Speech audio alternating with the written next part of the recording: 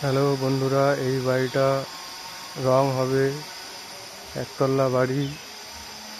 জায়গা হচ্ছে পিপুলপাতি। বাড়িটা রং হবে কম পয়সায়, একদম মাত্র 5,000 টাকায় বাড়িটা রং হবে।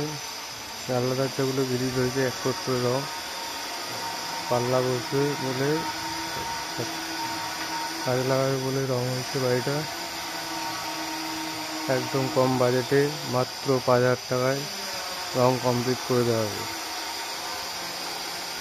কোনো ব্যক্তি রং করাতে চাইলে যোগাযোগ করতে পারেন, স্ক্রিনে নাম্বারটা দেওয়া থাকবে, কন্ট্যাক্ট করতে পারেন। একতলা বাড়ি, ভেতরটা দেখুন, পুট্টি হবে ভেতরে। কম বাজেটে একদম একতলা বাড়ি রং করে দেওয়া হবে শুভম পেন্টসের তরফ থেকে।